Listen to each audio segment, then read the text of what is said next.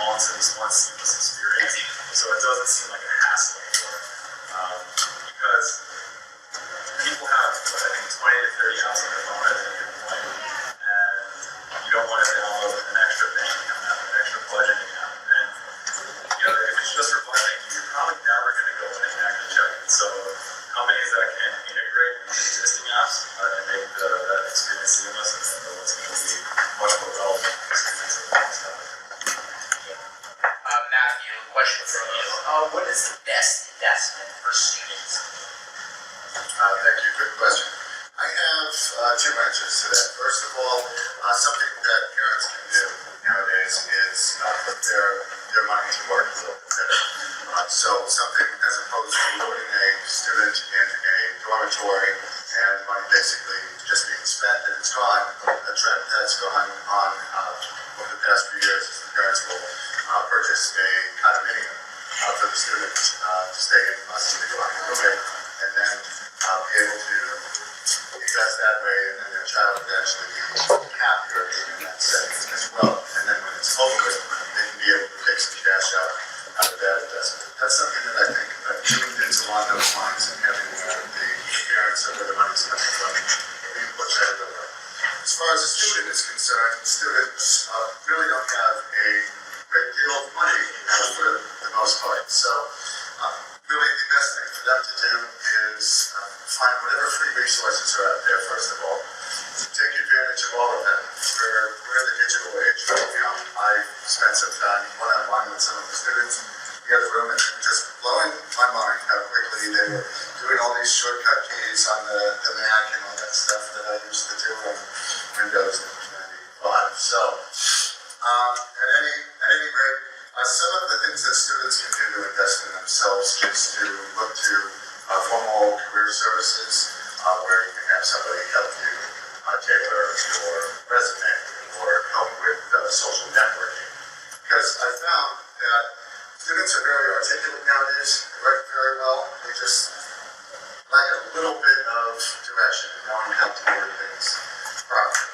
So even though in the grand scheme of things, students may not have a great deal in the budget, considering spending hundreds of thousands of dollars on an education, investing $100 to $300 in something that is actually tangible that will help them find gainful employment, that I feel is a great blessing. So you mentioned career services. Are there any other free resources out there that you would recommend to students?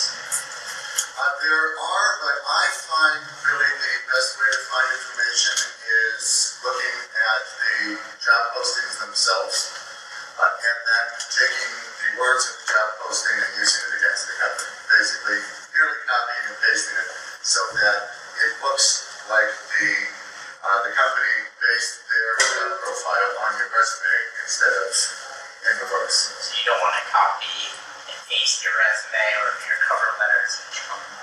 Oh, that? No, absolutely not. And there are a lot of people that just have a cover letter where it's basically, it's the equivalent of a handshake when you walk through the door into a cocktail party. It's a very boilerplate type thing. If you're going to take the time to write a cover letter, then it should show that you took the time to read their posting, and you took the time to look up something on the company, as opposed to, hi, I'm Steve, I just graduated from college, here's my resume. So, and the resume itself should be tailored to the individual company, which very few people do nowadays. Does anyone else have anything else to add? I would just say, Todd has some great points.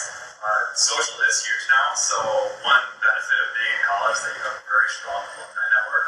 So you can leverage LinkedIn like never before and see where former alum are working now. See if they can get you into companies or give you recommendations for companies. And I know this is kind of the initial question, but internships are also a great way to kind of get your foot in the door when it comes to finding employment. I'd say try to have at least 2 internships to be kind of quick. Did you find the climate for internships has changed since 20 years ago? Because nowadays it may be challenging to even land a job with 1 or 2 internships. It can. I think there's a couple things that are changing. There are sites that are dedicated to internships specifically, but there's also a lot of startups, and I think working in the startup environment, you can get in there, is going to be a fantastic experience for any student out there, regardless of what you want to go into. So they might not necessarily be hiring at a startup, but if you find them and you express your interest and show how you have value, chances are they can hire you on. It might not necessarily be a paid internship, so that's something you have to consider based on what your situation is, but that experience is going to help you a lot once you graduate. Definitely. Alexander, I have a question for you. How do you feel about taking out student loans to pay for everyday expenses? How do I feel about paying for a lottery for the next 25 years?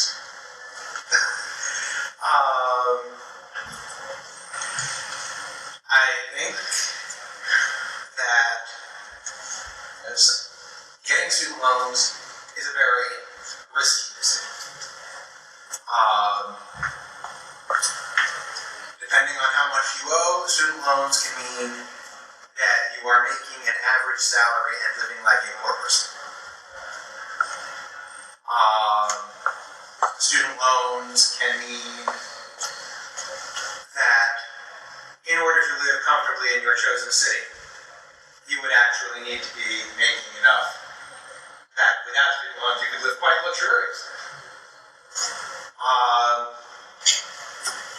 So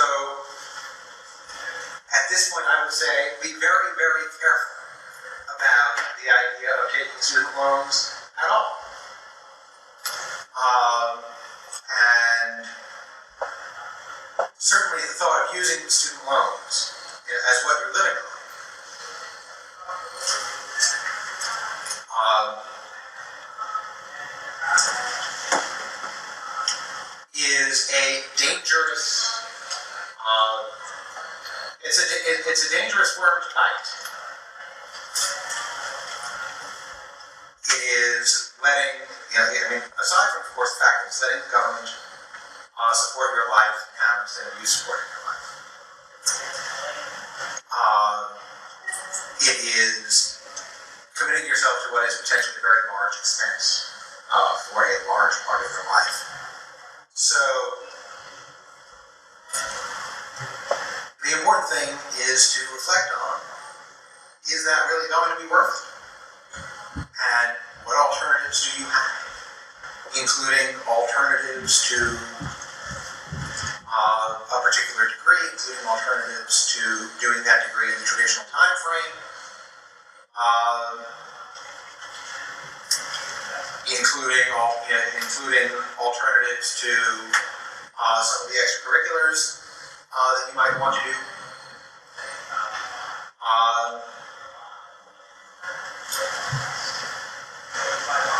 And so, I would say, be careful. You are playing with something very dangerous when you take student loans. And I would also say this. Make sure, if you do take it, to keep them within whatever limit you can find for them.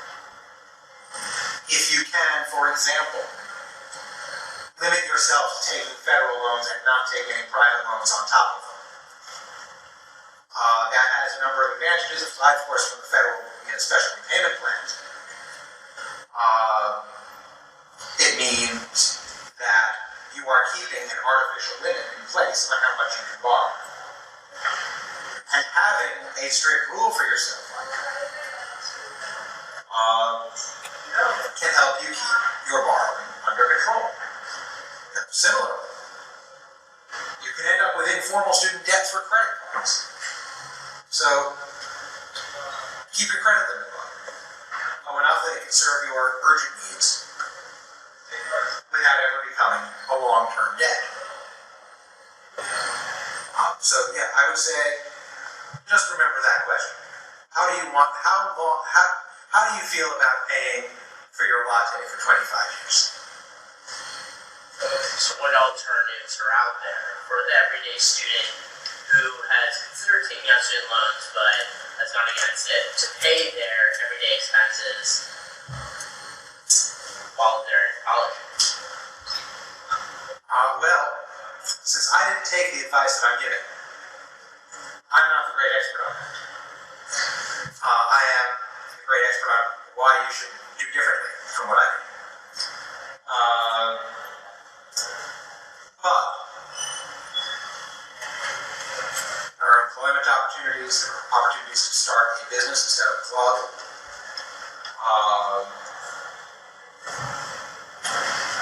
There are ways of doing things on the cheap. You can look for the school that's willing to give you a scholarship rather than someone more prestigious school that isn't. I think I did make the right decision as an undergrad in going to a school where I did have a substantial scholarship, even though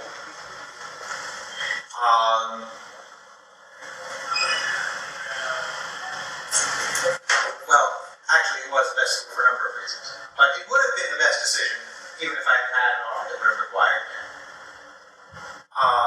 Which I didn't actually have such an offer that would have been better in any other way. But if I had, it would still have been a better decision to take the scholarship.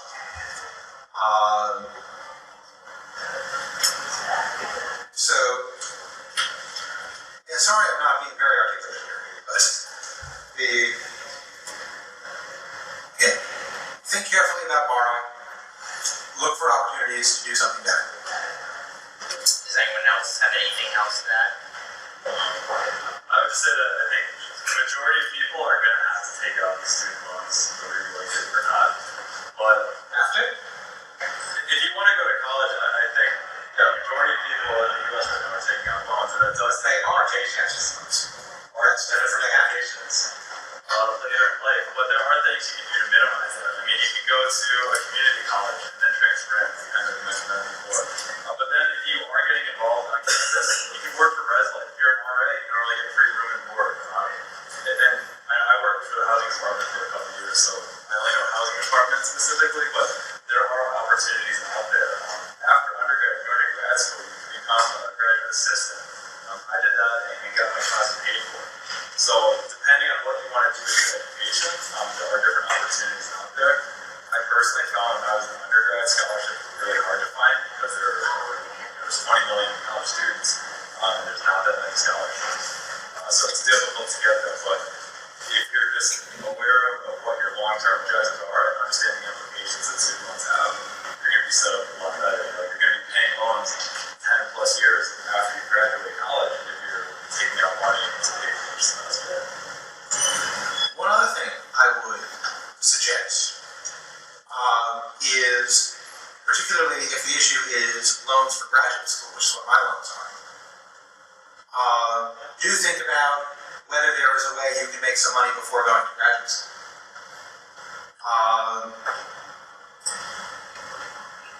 Including if that means choosing a different major as an undergrad than you otherwise might. Including if that means choosing a major with the idea of working in it for a few years and then doing a graduate program in something you're more interested in.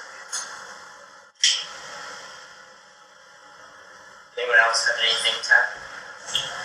I do actually. I agree with you very much that it pretty much goes without saying that you need to, the money needs to come from somewhere. And obviously, I believe Alexander's point is that if you can find it anywhere other than a student loan, then try to go that route. It matters what works for you and what's available. Just brainstorming in my head as I'm listening to these intelligent gentlemen next to me here. Some of the things that came to mind is immediately out of high school seeking a part-time employment with a company that offers tuition reimbursement so you can get income. Jobs as simple as UPS, loading packages. It pays money, it keeps you in shape, and they can give you some money towards tuition. There are special programs out there. You can do it through volunteer organizations. And then there are just companies that will outright pay for everything. And then finally, a good way is to get a job at the school that you want to go to. And then there's usually benefits associated with that. But today's students have challenges far worse than back when I was their age. It cost 5 times as much. 5 times as much to go to school. The jobs don't pay a ton more than they did back then. Some people are leaving school with essentially owing what we used to on a house. So I certainly agree that you should look into alternative methods whenever possible. But at the end of the day, you need a degree nowadays, and you got to find the money from somewhere. So I believe that if you do a combination of these things, there's certainly ways